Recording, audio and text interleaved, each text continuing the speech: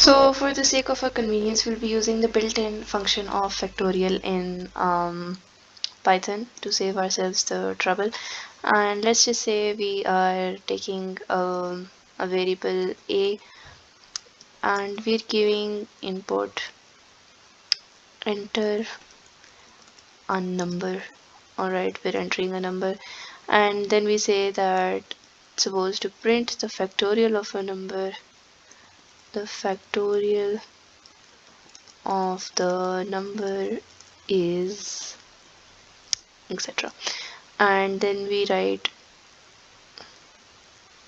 print math factorial a, and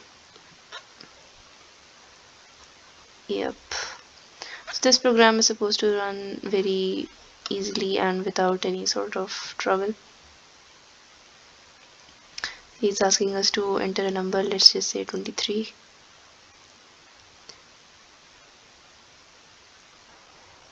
See, so now it says type error string object cannot be interpreted as an integer. So we can say that this is an error, right?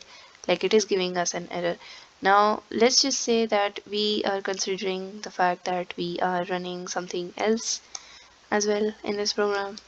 We are print the, let's just use f strings, the sum of two positive numbers,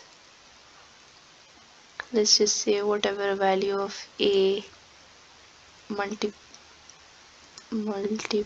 two positive numbers. Okay, let's just say we're adding two regular numbers. Okay, 2 plus 2, right? This is also supposed to run, and let's just say we're giving another that says do something, right? So this is obviously not supposed to, like, now when we run this program, it is not supposed to give us an error. Like it is supposed to give us an error, but we, let's just say that if it is giving this an error, we want the rest of the program to still run regardless. Okay, and for that we put this in the try block, right? And try,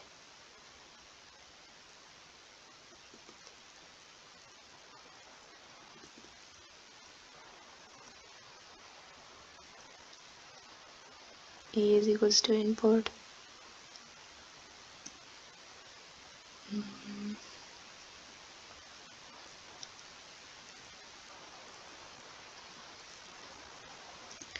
why is this such a mess? Anyways, yeah, and then we say except exception, like tell us there is an exception as e, and just print out whatever this error is. Let's just say print e error, and just print out that error for us, but continue the rest of the program normally.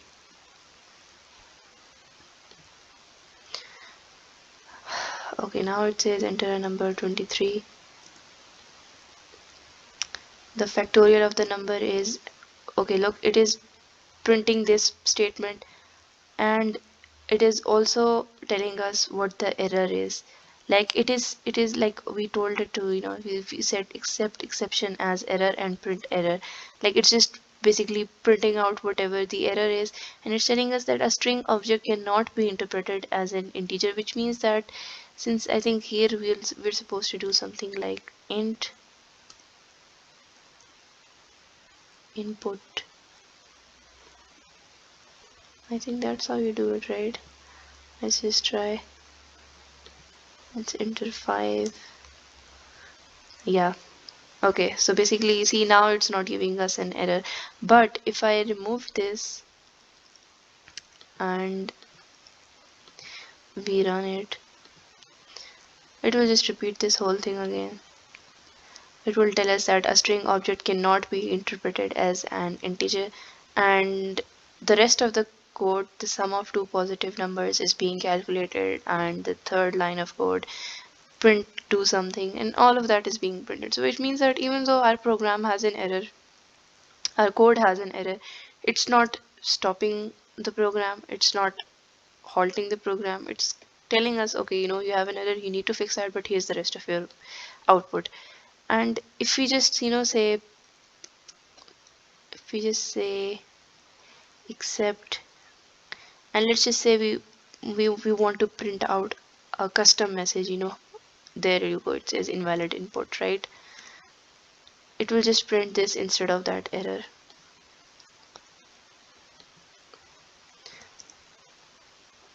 See, invalid input, it's basically printing whatever we asked it to print, and it's telling us, just look at that, there's an invalid input. We put this statement there so we can know, okay, something is wrong with the input. And this is a bit about error handling.